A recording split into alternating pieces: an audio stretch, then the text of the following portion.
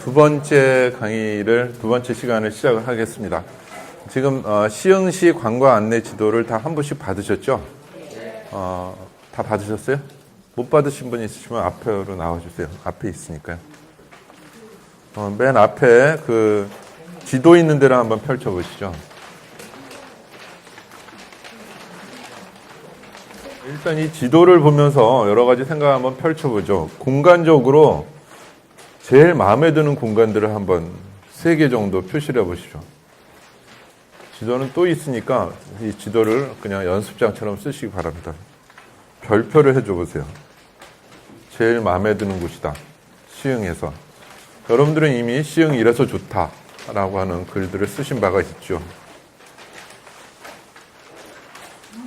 이곳은 좀 별로다 한다면 역시 표시를 해보십시오. 이런 식의 이렇게 꺽쇠 표시 같은 걸로 좀 다르게 표시를 한 3군데 정도 해보십시오. 이곳은 앞으로 개선이 필요하다든지 개선이 불가능하겠지만 어쨌든 마음에 안 든다든지 어쨌든 표시를 한번 해보십시오.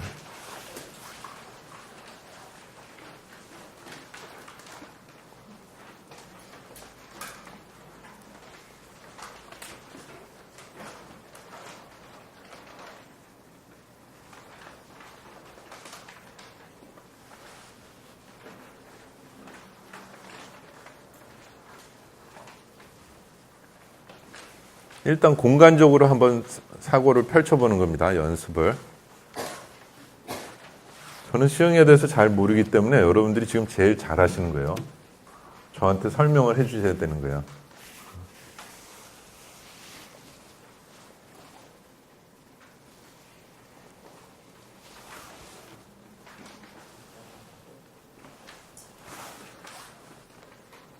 자, 제일 좋다고 표시한 것들을 한번 볼까요? 어디가 제일 좋은가요? 3군데만 한번 정해보죠. 갯골 생태공원 한번 손들어 보시죠. 뭐 압도적으로 2, 4, 6, 8, 10, 12, 13분이 있습니다. 갯골 생태공원 어디 있죠? 네, 그렇게 얘기하시면 저는 몰라요. 자, 이 지도에 어느 쪽에 있습니까? 왼쪽에 중앙이요. 시청 근처. 시청.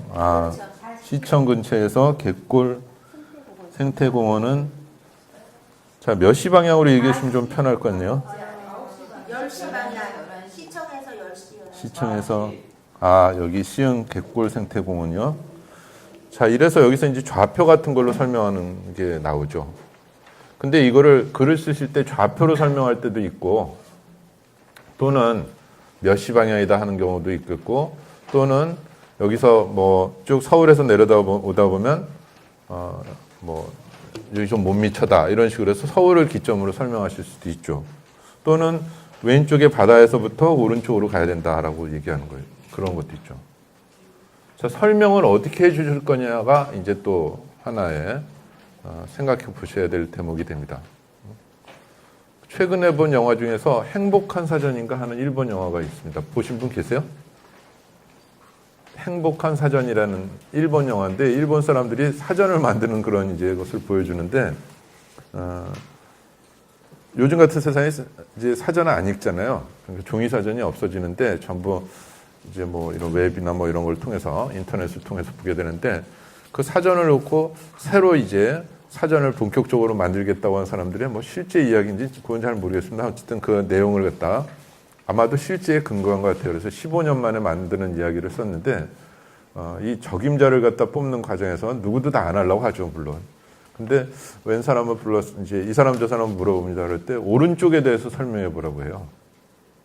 오른쪽을 어떻게 설명하실래요? 왼쪽에 반대? 어떻게 하세요? 오른쪽을 어떻게 설명하냐면.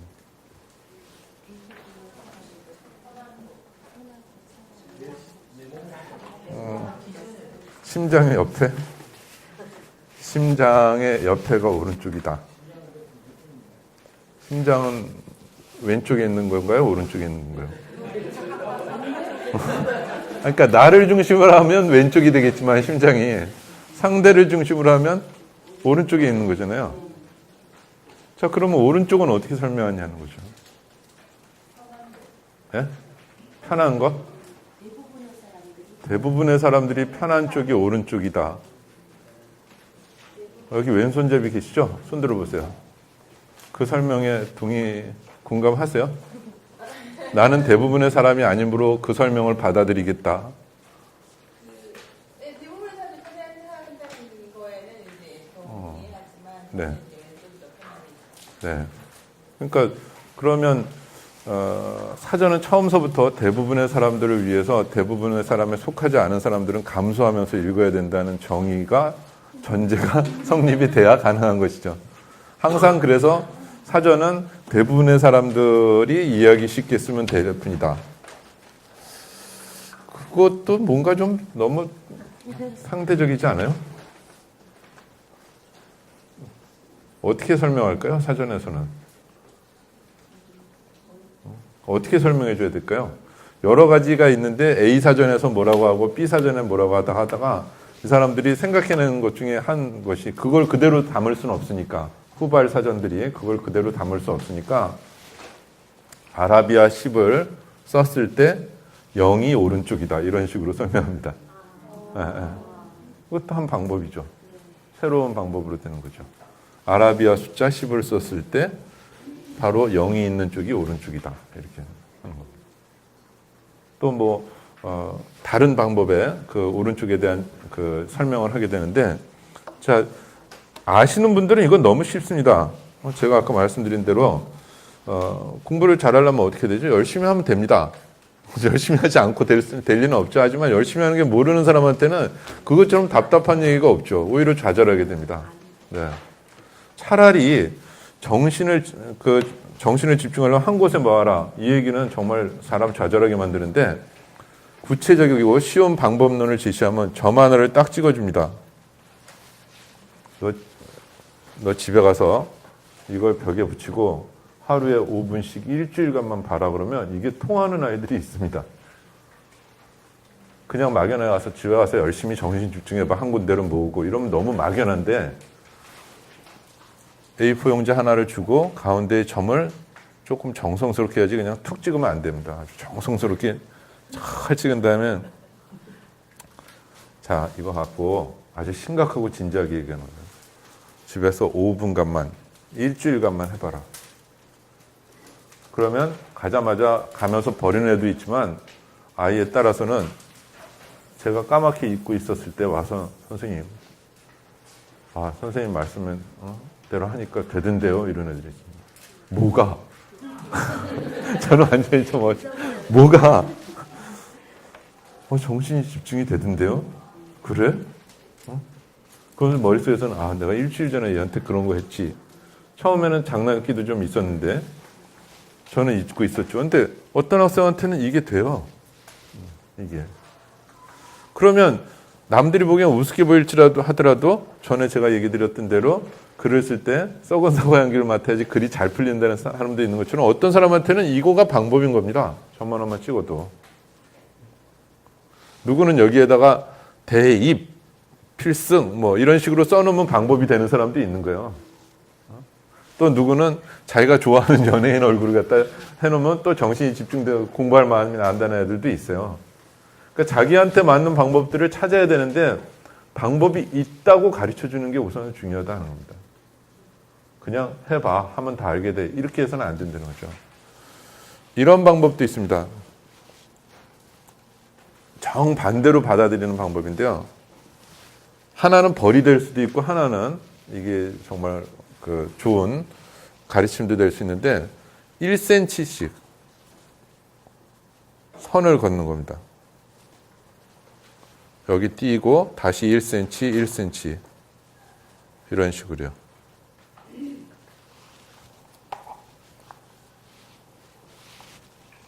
그러니까 정확히 자를 대고 1cm하고 1cm 띄고 다시 1cm 걷고 1cm 띄고 그 다음에는 1cm 띄고 1cm 걷고 이런 식으로요.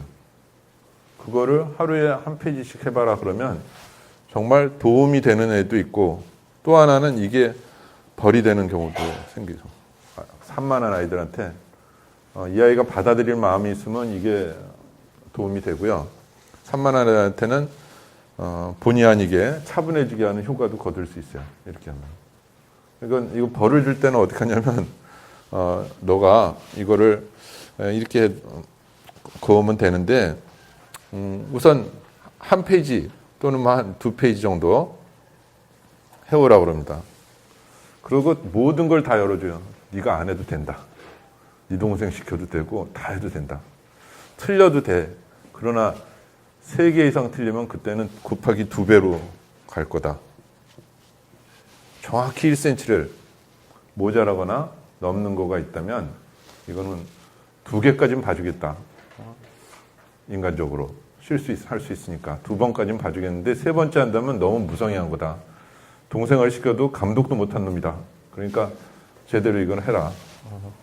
뭐 여기에다가 뭘 갖다 찍어서 하든 아니면 뭐 접어서 하든 다 좋다. 나는 어쨌든 정확히 1cm씩을 재서 틀린 것만 3군데 나오면 문제 삼고 2개까지는 다 봐줄 테다. 자, 이걸 벌로 받아들이겠냐? 그러면 받아들입니다. 별로 어려울 것 같지 않거든요. 자기 동생 시켜도 되고 뭐 친구한테 야 얼마 줄게 네가 할 수도 있을 것 같고 별로 부담이 안 되는 겁니다. 여기서 여기까지 줄 긋는 숙제가 뭐가 그렇게 어렵습니까? 벌이. 오케이 합니다. 근데 이 벌을 준 학생들은 거의 대부분 2배 해오게 되어 있습니다. 왜냐하면 이 아이들 머릿속에는 설마 선생님이 저거를 1cm씩 다 재볼까?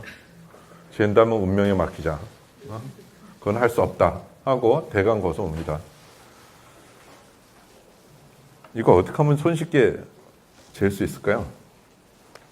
일일이 다 잴 필요가 없이요. 대각선을 이렇게 2개만 거보면 됩니다. 하나 이렇게 해서 또 쭉 했을 때 2개, 3개 이렇게 해서 대각선으로만 거보면 이게 모자르고 빠진 거가 딱 나옵니다. 그러면 3개 이상은 손쉽게 나옵니다. 그래서 2배가 되게 됩니다. 그래서 그러면 2배로 하고 그 다음번에는 또 2배 막 기하급수적으로 느는 거죠. 계속. 그렇게 해서 벌로 줄 수도 있고 한 5일쯤 되면 아무리 말썽쟁이라도 이제 진짜 차분하게 교실 안에서 있을 테니까 제발 이것만은 좀 내주지 말아달라고 막 이렇게 사정을 하면서 통사정을 합니다. 제가 어떤 거든지 글을 써오려면 글을 써오고 남아서 공부하려면 남아서 공부하고 애들은 남아서 글 쓰는 거 제일 싫어하는데 남아서 글 쓰는 것도 할게요. 뭐 별별 얘기를 다 하게 됩니다. 이건 되는데요. 한 페이지만 정확하게 재봐라 그러면 이거 갖고 일주일간 하면 정말 마음이 차분해진다는 아이들도 있습니다. 그래서 방법들을 찾아야 된다는 겁니다. 자기한테 맞는 방법들을. 그러려면 많이 또 찾아봐야 되는 거죠. 시도를 많이 해봐야 되는데 시도는 안 하고 정신을 한 군데에 몰라니까 얼마나 답답합니까?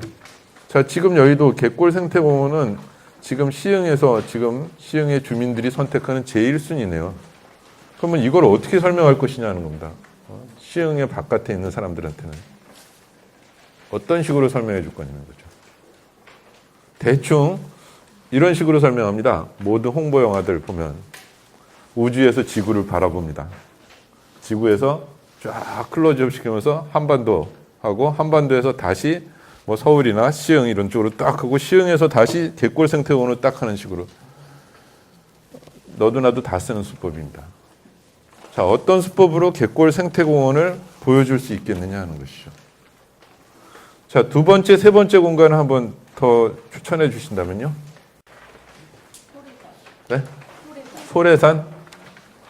소래산 손 들어보시죠. 2번째. 소래산 둘, 넷, 여섯, 7분. 자, 소래산 7분. 또 어떤 곳이요? 예? 옥구공원은 어디 있죠? 오이도는 보이네요, 눈에. 이제 오이도 위에 뒷방울 저수지요? 어디죠? 아, 왼쪽. 다시 오이도에서 왼쪽 불 때요. 자, 옥구공원 손 들어보시죠. 여기 더 많은, 9분이나 되네요. 옥구공원. 그러면 갯골 생태공원과 소래산과 옥구공원이 지금 3대 시흥의 자랑할 만한 공간인 건가요, 지금? 연꽃 테마파크. 연꽃 테마파크 한번 손 들어보시죠. 여기가 더 많으실까? 하나, 둘, 셋, 넷, 일곱, 여덟, 아홉, 열. 연꽃 테마파크. 그러면 소래사는 자동 탈락이 되겠고요. 아니면 4대로 만들어버리면 되겠죠? 3대가 아니라 4대로. 그래도 아깝다 하면요. 또 다른 공간은 없나요, 그럼요? 네? 호접벌. 호접벌 얘기 많이 하시더니 진짜 왜? 호접벌 손 들어보시죠. 글로는 많이 썼지만 그래도 데려가서 봤을 때는 그렇다면 그 차이는 단시간에는 파악하기 어렵다고 하는 게 깔려 있는 건가요? 외부인들이 와서 단시간에 호접벌을 보면서 와 하면서 감탄할 정도까지는 아니다. 예. 그냥 사람들보다 논이에요. 예, 논이다.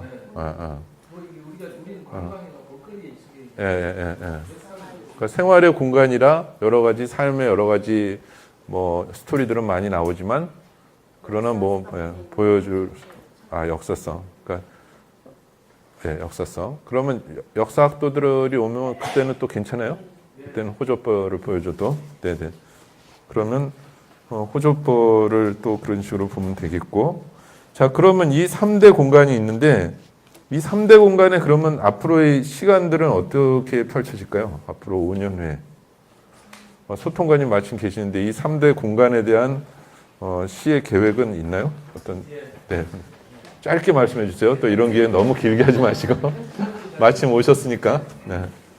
우리 시흥의 도시 그런데 핵심 가치는 저는 이제 그 간척한 땅이라고 생각해요. 우리가 보통 이게 천혜의 자원 이야기를 많이 하는데 우리 시흥은 따지고 보면 천혜의 자원이 아니에요. 하늘이 내린 땅이 아니고 하늘과 인간이 함께 만들어 온 땅이에요. 이용을 하면서. 이렇게 호접벌 같은 경우에는 제가 여러 차례 이야기했지만 그 인효나무의 오빠 민진원 선생이 엄청난 재정을 들여서 막았고 그게 이제 1721년에 완공했으니까 300년이 다 돼가고 있는 땅이고 호접벌에서 시작해서 조선이 간척한 땅 중에서 가장 규모가 큰 땅이었다. 그 다음에 호접벌 밑으로 가면서 그 갯골 생태공원, 그 다음에 연꽃 테마파크, 백오 신도시, 오이도, 이 시화공단 이 부분을 다 간척한 땅이죠. 그래서 저희가 이 간척한 땅은 원주민들이 바라지라는 명칭으로 부르고 있었다는 걸 알게 됐고, 그래서 이제 바라지를 우리 시흥의 대표적인 가치로 만들어 가려고 하는 계획을 가지고 있습니다. 그다음에 옥구공원 하고 또 뭐죠? 갯골 생태공원. 앞으로 시의 계획. 그게 이제 그 바라지라는 간척한 땅인데 네. 바라지 저희가 바라지에는 7개의 축이 있다 이렇게 이야기를 하는데 그게 제일 첫 번째가 무람저수지입니다. 무람저수지요. 그 다음이 호접벌이고 그 다음이 연꽃 테마파크고 그 다음이 갯골 생태공원이고 그 다음이 월곡 포구고 그 다음이 백오 신도시고 그 다음이 오이도 이렇게 이어지는 게 우리 시흥의 물길축입니다. 이게 시흥에 떨어지는 물들이 다 모여서 있는 물길축이죠. 무람주축 가는 축. 그 축을 저희가 그 C자역인데 C자역인데 인천이나 부천이나 이쪽에서 개발 압력이 밀려오는 것을 지키는 선으로 이해를 하고 생명축으로 키워가려고 합니다. 혹시 이 계획에 대해서 더 덧붙이고 싶으신 뭐 의견들이 있으세요? 주민의 입장에서 그냥 여러 가지 브레인스토밍 차원에서 말씀해 보시죠. 제가 언뜻 든 거로는 전부 지금 가운데에서부터 이렇게 쫙 펼쳐가는 거라 이건 약간 중앙집권적 사고 아닌가 이런 생각도 좀 들었거든요. 언뜻 그건 어쨌든 브레인스토밍이니까 뭐 평가하거나 비평하지 마시고 다른 방식으로 펼칠 수 이렇게 하면 어떨까 하는 거를 그냥 편하게 말씀해 보세요. 지금 이 정보가 사실은 소통관님은 시정에 가장 핵심에 계시고 또 그거를 널리 알리는 축이기 때문에 제일 많이 알고 계세요. 그러니까 무슨 말을 하더라도 그게 아니고요 하고 다 얘기할 거리가 있으실 겁니다. 그러나 또 그렇다고 해서 얘기를 못하면 주민의 아이디어들은 시청으로 들어오지 않거든요. 그럼 늘 얘기하면 그거는 앞으로 장기간에 걸쳐서 심사숙고해서 결정할 문제입니다. 또는 뭐 예산 문제를 들거나 한다면 사실 말할 수 있는 근거들은 얼마든지 만들어낼 수 있죠. 서로 힘을 합쳐서 해결해 봅시다. 뭐 이런 식으로도 얘기할 수 있고 그런 건 사실 너무 막연한 얘기고 소통이 안 되는 얘기죠. 자, 더 좋은 방법은 없을까요? 김은영 선생님 어떻게 계시죠? 김은영, 네. 지금 오이도 근처 정왕동 동장님이시죠? 네, 네. 그 동장님의 시각에서 보셨을 때 그냥 브레인스토밍을 하신다면 그렇게까지는 생각을 안 해봤는데요. 네. 이제 제가 이제 그 길을 좀 더 걸어봤는데, 걸어보면서,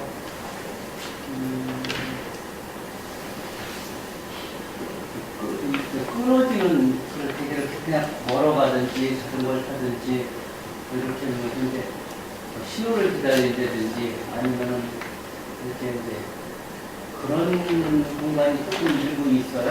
네. 그런 것들이 없이 이렇게 갈 수 있다면 참 좋을 것 같다는 생각이 들어가고 쭉 가기만 했지 또 다른 길로 한번 이렇게 돌아볼 수 있다면 이제 그것도 괜찮을 것 같다는 생각은 들어봅니다. 그러니까 펼쳐가고 있지 이것들의 어떤 환상축 같은 것들은 지금 좀 없다? 그런 정도? 네. 그러니까 가고 올 수는 있는데 요 다른 지역과 다른 지역 사이의 연결이 조금 가운데로만 보이는 것 같다. 이제 그런 얘기를 하시는 것 같고요. 저도 그러면 그렇게 다 펼쳐가는데 그러면 다시 꼭 여기로 와야 되는 건지 지금 현충탑에 대한 것은 없거든요. 현충탑이 전 제일 먼저 들어왔는데요. 사실은 제 개인사 때문에 그랬는지 현충탑이 제일 들어왔는데 이 현충탑은 그냥 이렇게 오른쪽으로 이 축 안에 들어가 있는 건 들어있지는 않은 건가? 네. 네네. 시흥, 구포, 의왕 네. 이렇게 다 같이 이용하는 시설이었습니다. 아, 네네. 그러니까 다 여기 안양 쪽에서 오는 되게 가까운 데로 설치하다 보니까 이제 그쪽으로 설치가 됐고. 네. 그러면 역사적으로 봤을 때는 맨 위에 보면 이제 그 시흥시의 동 이름이 나오잖아요.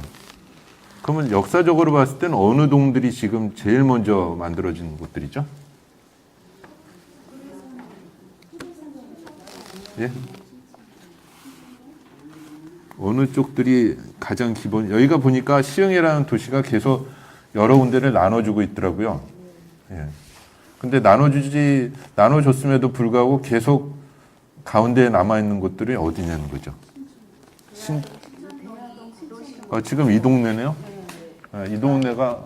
무도심으로 오래된 주택들이 많이 있거든요. 네네. 봤을 때는 대화동 신천동이 될 것 같고요. 대하동 신천동이 가장 오래된 곳이다. 시흥. 네, 네, 네. 소래사, 저희 생각은 소래사 내에서 물줄기가 발원한다라고 저는 어디선가 그걸 들었거든요. 네. 정확하진 않지만 네, 그 물줄기를 따라간다고 하면은 발원하는 곳에서부터 네. 한번 생각해 보시는 건 어떨지. 아니, 저는 잘 모르니까 저한테 설명을 해주셔야 돼요. 저는 여기에 대해서 시간적, 공간적, 지금 계속 두 가지 측면에서 아무것도 모릅니다.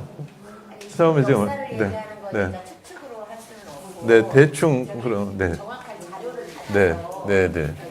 얘기하는 게 맞는 것 같아요. 아, 그럼 다음 시간 설명해 주시겠다는 뜻으로 제가. 아니, 제가 하겠다는 얘기가 아니라 네. 그런 아이디어가 있다는 얘기. 아, 네, 네. 그럼 누가 할까요, 그럼요? 제가 다시 축으로. 네, 네. 중간에 네. 미산동 외화동 부천동 잠깐 천천히 말씀해 주세요. 모르는 사람한테. 중간에 이제 이 대하동 신천동은 부천군이었어요. 옛날에. 대하동 신천부가 부천. 예. 어. 그리고 아래쪽은 뻘이었거든요. 그러니까 매립한 땅이죠. 아. 아주 오랜 옛날부터 있었던 기본적인 여기 시흥시의 메인 땅은 포동, 미산동, 외화동, 부천동 이쪽으로요. 아, 그러면 역시 중앙 부분이네요. 역시. 그러면 좀 전에 추측은 틀린 거네요. 그러니까 대하동, 신천동은 오래되긴 했는데 부천에 속했다 하는 것이고. 네. 보안 설명을 지금 이야기 나왔으니까 네.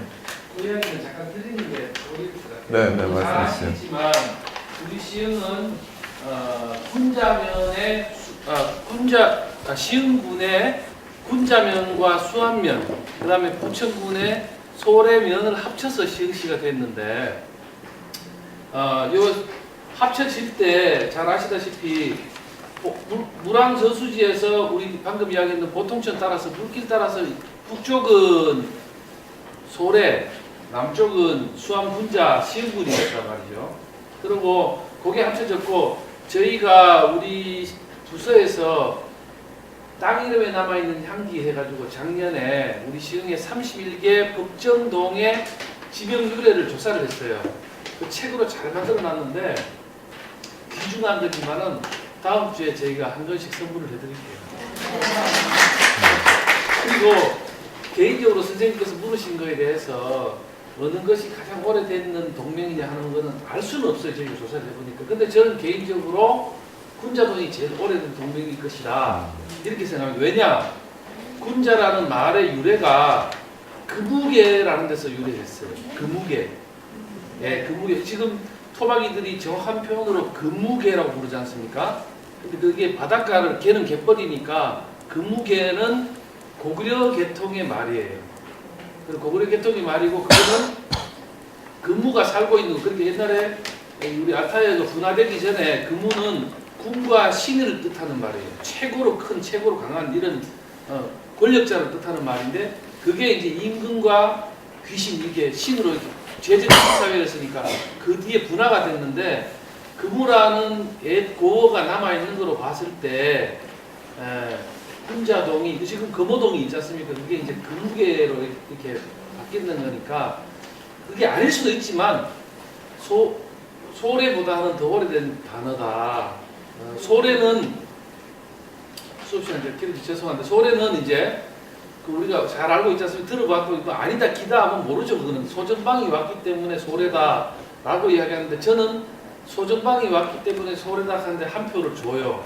왜냐하면은 그 소전방이 당나라가 와서 백제를 칠 때 그때 당시에 신라 땅이 저기 화성의 당항성이었거든요.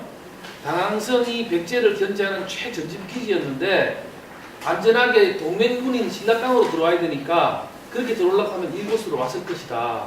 그리고 몇 년간 배가 수천 척이 머물렀으니까 굉장한 장관이 됐을 것이다.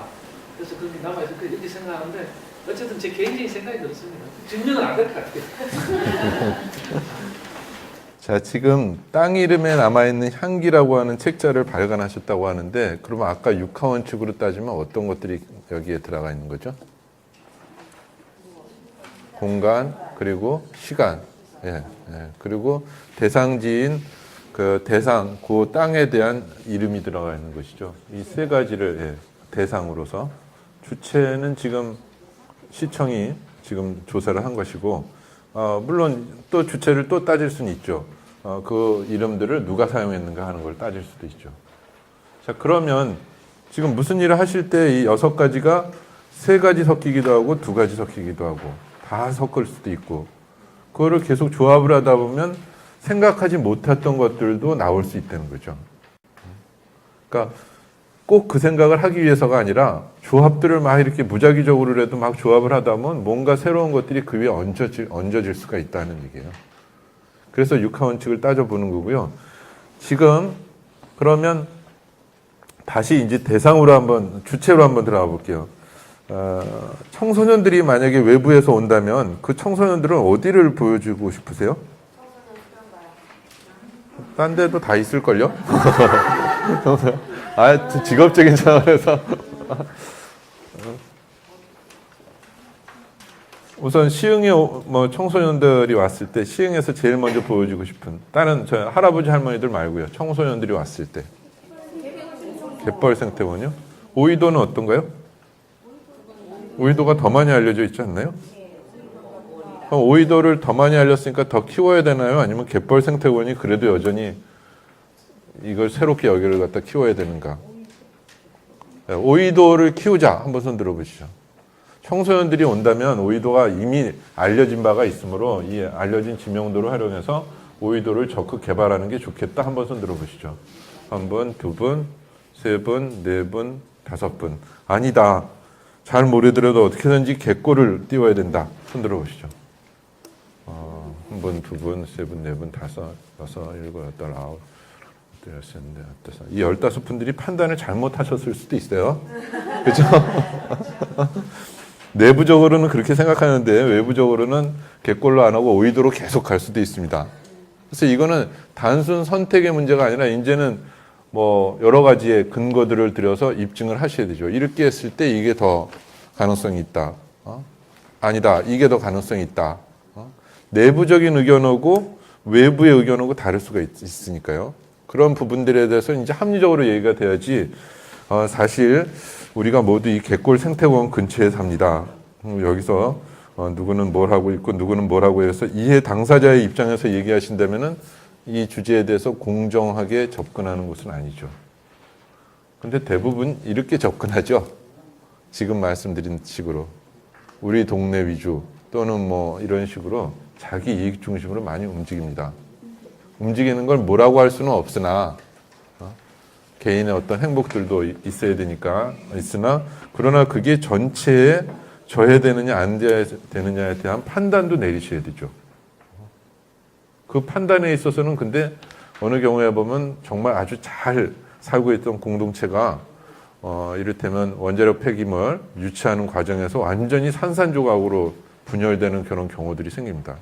이해관계 앞에서는 사정없이 분열되는 것이 지금 현 시점이기도 한데 무엇이 단기적으로 또는 장기적으로 봤을 때 유리한가도 따져봐야 될 테고 지금 이게 진정으로 누구를 위한 일이냐 우리 집에 가계소득을 위한 것이냐 아니면은 정말 시흥을 위한 것이냐 아니면 시흥으로 오는 사람들을 위한 것이냐도 따져봐야 되고 역시 육하원칙으로 계속 따져봐야 되는 것이죠.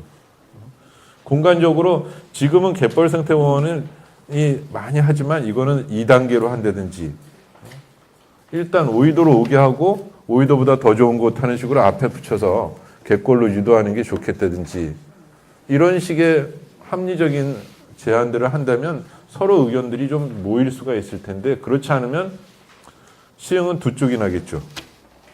바로 이 두 가지를 놓고 어느 걸 개발하느냐 갖고 오이도가 제일 얼마든지 얘기할 수 있습니다.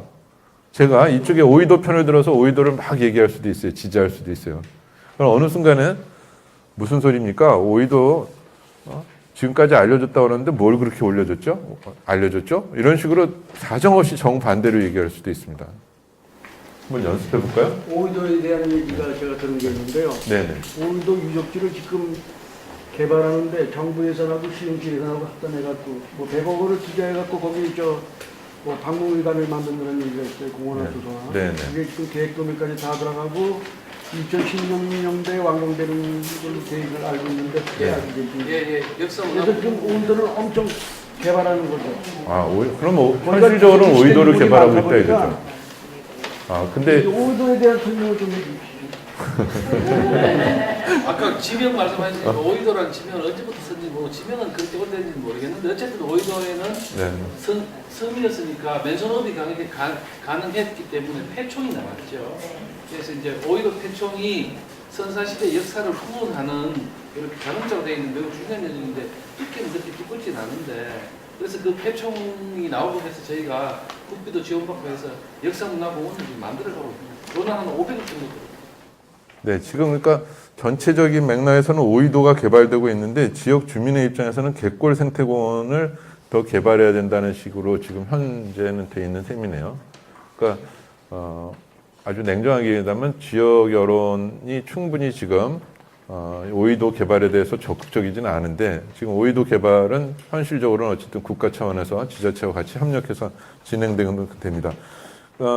지금 여기서는 오이도가 적합하냐 아니냐가 아니고요. 일단은 연습이니까 오이도를 주장하시는 분들은 지금 이익 선생님한테 지금 이익 선생님이 지금 말씀을 하셨는데 제가 지금 정리한 건 살짝 반대 의미가 들어간 거죠. 지역 주민들의 의사는 지금 충분히 수렴되지 않은 것 같네요 하는 얘기가.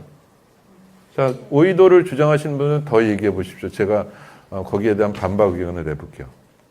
저 생각은요. 네. 오이도를 지금 주장하는, 네. 지지하는 입장이죠. 네, 네. 네. 저는 오이도를 지지를 하고 네. 있는데요. 네. 갯골은 지금까지 이제 큰 행사를 통해서 우리 시흥에 살고 있는 사람들이 많이 알고 있어요. 네. 네. 근데 오이도에 대한 이런 역사와 그다음에 앞으로의 미래에 관한 그 계획을 알고 있는 사람은 그리 많지 않다는 거죠. 아, 내부적으로. 네, 네. 그래서 저도 이걸 어떻게 알았느냐면 지난번에 랄랄라라는 그 시흥 투어 그 일기 때 제가 여기를 한번 가봤어요. 제가 시흥을 살면서도 시흥을 좀 모른다라고 생각을 해서 네. 네. 그래서 시흥 이제 시에서 이렇게 소개를 하면 더 이렇게 알 수 있겠다 싶어갖고 제가 거기에 참여를 해서 같이 다니다 보니까 이 오이도를 소개를 해주시더라고요. 근데 네. 지금은 아무것도 없어요. 볼 게 없죠. 근데 앞으로는 가능성이 있다. 그리고 우리 시흥시에서 또 이렇게 개발 뭐 이런 모습으로 새로운 변화를 가질 수 있겠다라는 생각을 했거든요. 그래서 갯골은 그야말로 그냥 내륙으로 들어온 이런 뻘 바다가 들어왔다,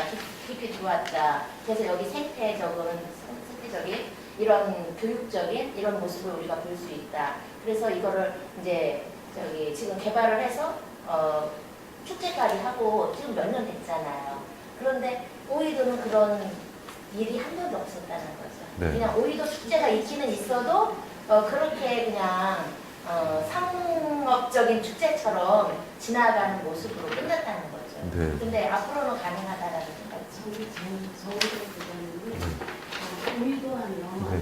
이제 지금 지금 반대 입장인데 지금 전체적으로는 찬성하는 입장이면 네. 제가 반대 논리를 펼치려고 했는데 네, 선생님 하세요. 그래서 네. 이제 개발하는 걸 찬성하는데 근데 찬성을 하지만 개발의 그 관점이라 그럴까요? 네. 그게 조금 다른 것이 지금 역사 쪽으로 얘기하신 것 같아요. 저는 그거 보면은 상업적인 면을 더 강조해서 소래포구하고 오이도를 지금 비교를 하자면 소래포구는 이제 어시장으로 인해서 많은 사람들이 이렇게 가고 있어 가는 네. 저희 시흥하구의 근처에서 얼룩포구하고 비교가 되는데 오이도를 가보면 어시장이 그렇게 활성화되어 있지 않은 것 같아요. 이렇게 회를 사더라도 저희 집만 같은 경우도 오이도 가서 사기보다는 소래포구 가서 회를 사거든요. 그렇듯이 이제 어시장을 활발하게 하고 오이도 하면 이제 조개구이로 유명하긴 한데 그것만이 아닌 지금 많이 뭐라 그럴까 카페 문화를 그쪽에 형성을 해가는 것 같아요. 제가 80년대 학창 시절을 보냈는데 그때를 생각을 하면 서울에서 살면서 얼미도를 많이 찾아갔어요. 20대 때. 그러니까 가장 바닷가 하면 근처에서 이제 동인천역에서 내려서 얼미도까지 버스 타고 가는 거죠. 지금도 마찬가지로 서울에 있는 대학생들이 오이도를 그런 식으로 오게끔 지금 어느 정도 노력은 되어지는데 그걸 좀 더 활성화해서 정말 카테고리의 문화로 만들어서 정말 오는 사람들을 받아들일 수 있는 힘을 더 키우고 그 다음에 역사성을 더 부각시키는 것이 시흥의 발전에 더 도움이 되지 않을까. 네. 그러니까 역사성을 발전시키기 위해서 그 전에 일단 상업적인으로 사람들이 많이 좀 모여들게 하는 게 중요하다 하는 말씀을 드렸고요. 네, 두 개 같이 하면 좋은데. 그게 역사성을 네, 네. 자, 이런 식으로 하다 보면 이제 두 분들이 의견들이 서로 첨예하게 갈릴 수가 있죠. 정반대로 한번 얘기해 보실래요?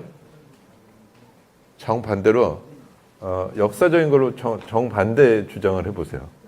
네, 지금 연습이니까 지금은 입장을 다 바꿔서 마치 가면을 쓴 것처럼 전혀 다른 얘기를 반대로 얘기해 보세요. 사실은 제가 역할을 하려고 했는데 지금 먼저 하셨으니까. 네네. 하면 지금 현재 선사 해양 선생님과 용어가 생각이 안 나면서 그 선사특구로 지정이 지금 되어있거든요.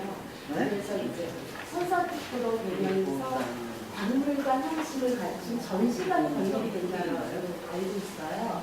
근데 그 전시관을 뭐 어느 도시나 가는 전시관의 모습이 아닌 오이도만이 가지고 있는 그 스케일 면에서라든지 맨 처음에 제일 먼저 생각할 수 있는 건 스케일 면이겠죠. 스케일을 우리나라에서 가장 크게 한다든지 아니면 질적으로 더 깊숙이 학술적인 연구를 해서 질적인 면에서 대한민국 최고의 전시관을 만들든지 해서 이슈화를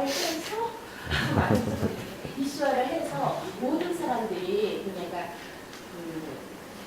중고생부터 하겠죠. 중고생부터 공부할 수 있는 곳으로 해서 오게 한다면 그리고 나서 와서 보더니 여기가 놀기도 괜찮은 곳이네. 이렇게 입소문을 탔으면 좋겠습니다. 네. 자, 이제 선생님이 정반대로 말씀해 보세요.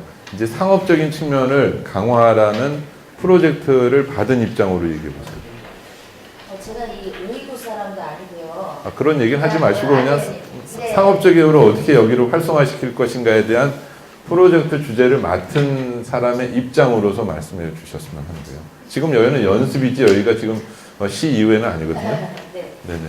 제가 이제 오이도를 가본 곳은 그 낙조 구경과 그다음에 이제 그쪽 어시장 그리고 여기 이제 상가 쪽에서 음식도 좀 먹어보고 이렇게 했었는데 어시장은 굉장히 죽었다라고 생각이 됐어요. 그래서 경매시장에도 그 어시장이 많이 나오더라고요. 왜 이렇게 바닷가에 있는데 이 어시장이 왜 죽었을까? 저는 되게 안타깝게 생각을 했고, 그리고 그 앞에 상가들이 어시장이 죽으면 상가도 같이 죽는 거잖아요. 네. 그래서 이거를 활성화를 할 수 있는 방법은 어쩌면 그 지역이 관광이 함께 곁들어지면 함께 활성화될 수 있지 않을까, 이런 측면에서도 저는 갯벌보다는 오이도 쪽을 더 개발을 하는 것이 좋다라고 저는 주장을 한 거였거든요. 함께 상생할 수 있는 길이다라고 저는 본 거죠. 이미 갯벌은 그냥 있냐 평냐고. 거기서부터 다시 또 프로젝트를 벗어 던지고 딴 얘기 하시는 거예요? 아니 이제 비교를 하다 보니까 그래서 저기 오이도 쪽은 이미 상업이 형성되어 있는데 지금 활발하게 활성화되지 않은 곳이고 그래서 저는 이 활성화되기 위한 방법으로도 또 다른 관광 또는 어떤 게 사람들이 모일 수 있는 그 거리를 만들어줘야 된다라고 저는 생각을 한 거죠.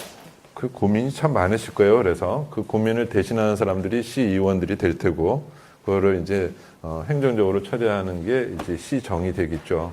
그래서 여기서 정말 제한된 예산으로 또 중앙정부의 예산 지원을 또 받는 그런 차원도 있을 테고, 또 주민들의 의견을 갖다 이렇게 모아서 의견을 펼쳐나간다는 게 그리 쉽지는 않을 겁니다. 않는데 최소한 그 상대 입장에서 한 번쯤은 생각해 보는 게 필요한데, 이렇게 생각해 보시면 좋을 것 같아요. 큰 로펌 같은 데서는 이렇게 만약 여기가 찬성하는 입장이라면 반대자를 반드시 같은 팀 안에 둔다는 거죠.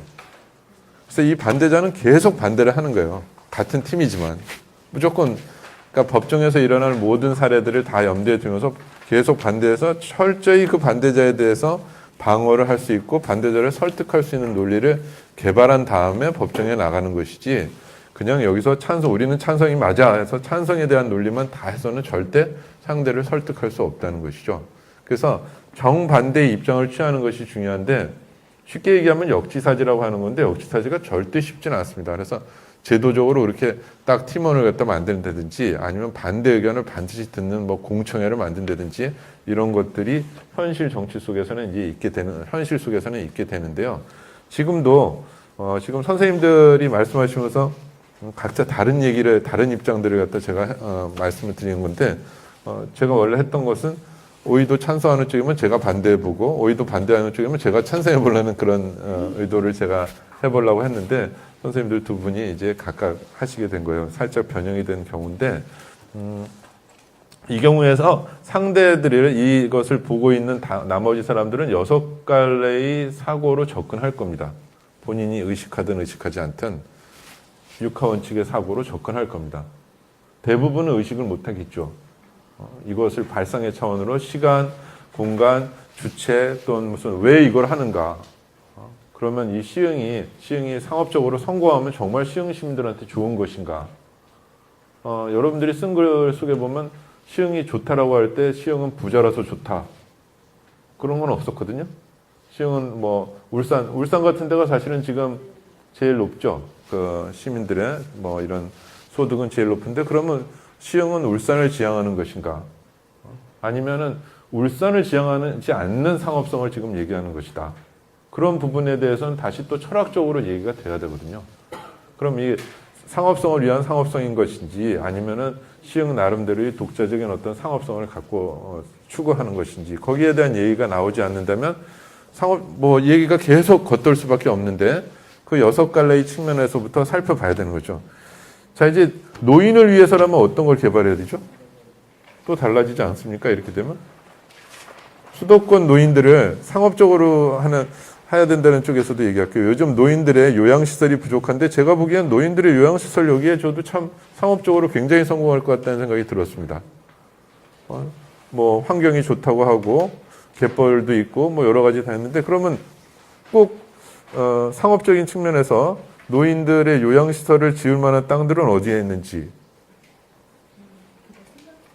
네. 소래산 밑. 야, 이 동네가 지금 제일 노래. 바로 여기군요. 소래산 차라. 여기 우리 노인들의 요양시설을 차리해서 모내기를. 또 어떤 공간이 숨어 있을 수 있죠. 본인들이 여기 주민들이 생각하지 못한 곳이 있을 수도 있고, 여기 덕섬은 뭔가요? 조금해서 쓸모가 없어요? 뭐, 이곳은 공간을 개발할 만한 어떤 주제가 없을까요? 사유지. 네? 네. 그러면 조그맣다면 구체적으로 어느 정도? 상가 하나 딱 들어가서 있습니다. 상가요?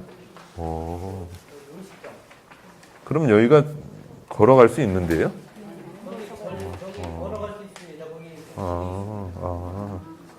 혹시 개인 섬은 아닌 거죠? 개인 섬이에요.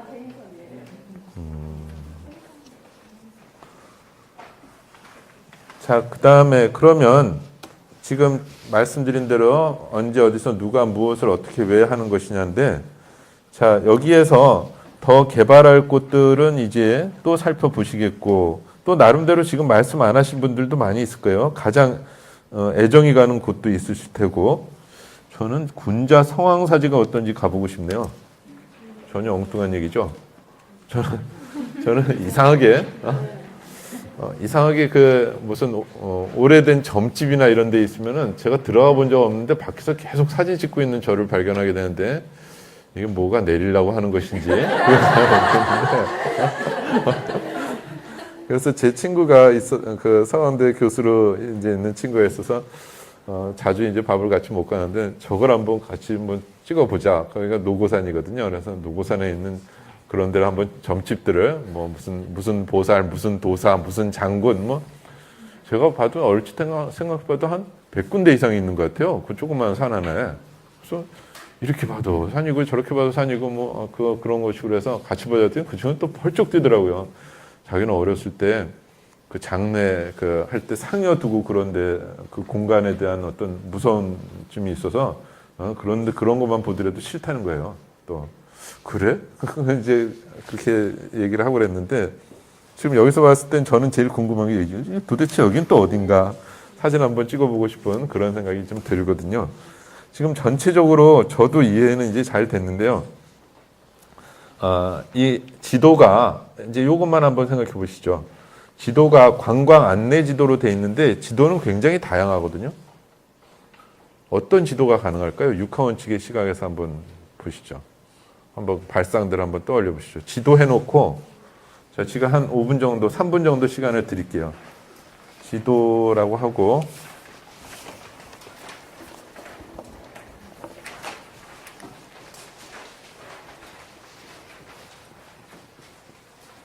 뭐 시흥 지도로 해도 됐습니다. 뭐 아니 그냥 지도로 시흥 지도 네. 하고 언제 어디서 누가 무엇을 어떻게 왜 이런 식으로 펼쳐 보십시오. 뭐 시흥의 역사 지도는 지금 있겠죠. 관광 지도도 있고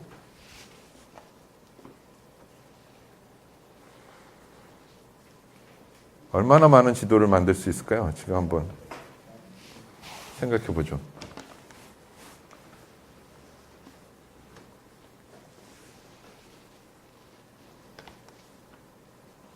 자, 계속 머릿속으로는 6갈래의 축을 펼치시고 막힐 때마다 자꾸 또 6갈래를 펼치시고 똑같은 축의 질문을 계속 어떻게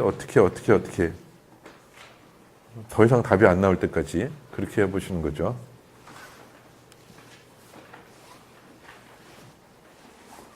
자, 여기도 시흥의 역사 지도인데 시흥의 뭐 15세기 역사 지도도 사실 가능하지 않겠습니까? 물론 자료가 없어서 못 만들 수도 있지만 또 시흥의 21세기 역사 지도를 만들 수도 있죠. 지금은 눈앞에 있는 지도지만 앞으로 펼쳐질 시흥의 발전상이 담기는 미래 지도도 만들 수 있다는 것이죠. 그리고 어디가 예산이 먼저 들어가는 예산 지도도 만들 수 있겠죠. 청소년을 위한 지도도 만들 수 있겠고요. 계속 새로운 아이템들이 나올 것이다 하는 겁니다. 하다 보면.